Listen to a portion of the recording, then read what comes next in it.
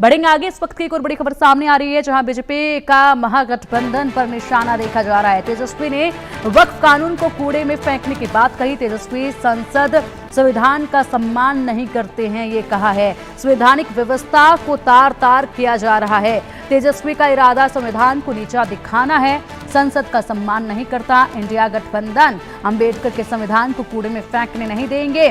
विपक्ष देश में शरिया कानून लाना चाहता है। ये लोग संविधान को मौलवी स्क्रिप्ट में बदलना चाहते हैं।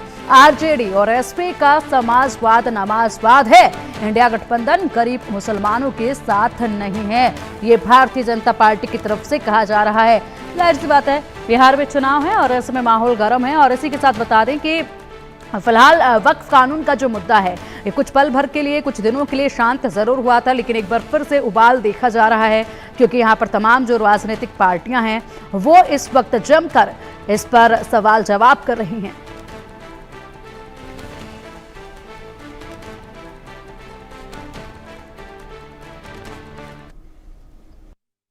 एनडीए भाजपा की सरकार जाने वाली है। गरीब आवाम की सरकार बनेगी तो इस बिल को, इस कानून को बिहार राज्य जो है कूड़े के दान में फेंकने का काम करेगा। बिहार में किसी भी कीमत पे इस कानून को हम लोग लागू नहीं होने देंगे।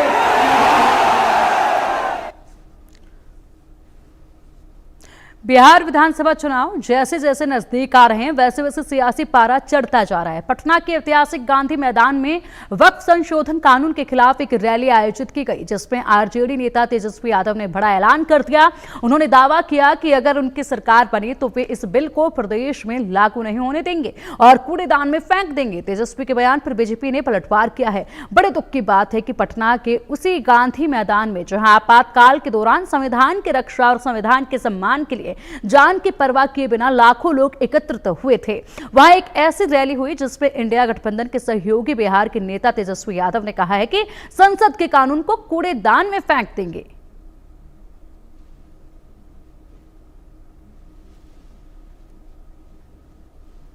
मोदी सरकार ने संसद के पिछले बजट सत्र में जिस वक्फ कानून को पास किया था, पारित किया था, उसी वक्फ कानून को कूड़ेदान में डालने की बात कर रहे हैं तेजस्वी यादव।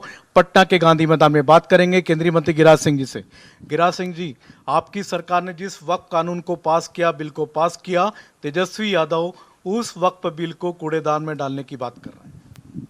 देखिए, ये परिवारवादी लालू यादव के लड़के हैं, जो जेपी के आंदोलन से निकले लालू जी।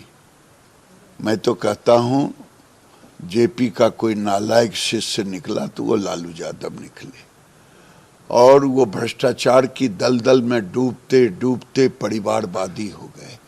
उनका बेटा परिवारवादी से समाजवादी अपने को कहने लगा, और समाजवादी से अब नवाजवादी हो गए, और वो बिहार की जनता को चुनौती दे रहे हैं कि मेरी सरकार आएगी तो मैं कूड़ेदान में फेंक दूंगा।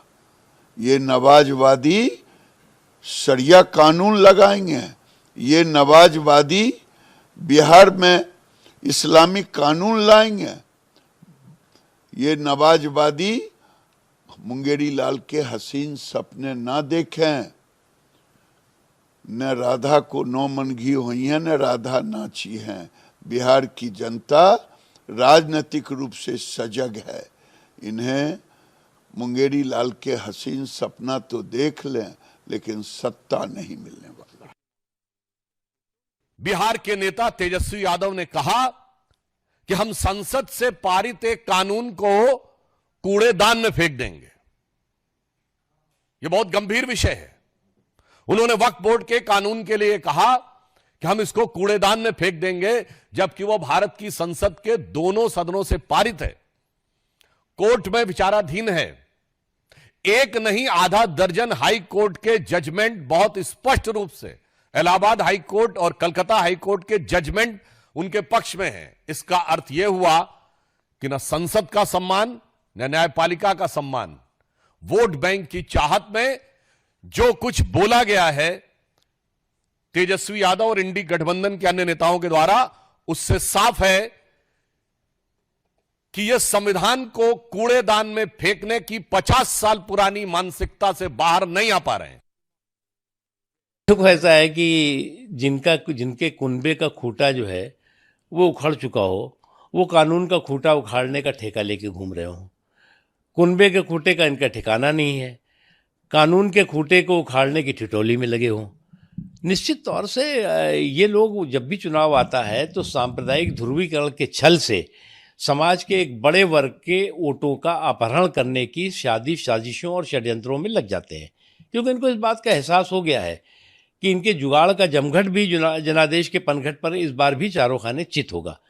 इसलिए फिर से एक बार उन्होंने सांप्रदायिक शगुफा छोड़ने की कोशिश की है, सांप्रदायिक ध्रुवीकरण का छल जो है पैदा करने की कोशिश की है और समाज के एक बड़े वर्ग में भय और भ्रम पैदा करके उनके वोटों का अपहरण करने का षड्यंत्र साजिशें कर रहे हैं, लेकिन उनको इसमें सफलता नहीं मिलेगी।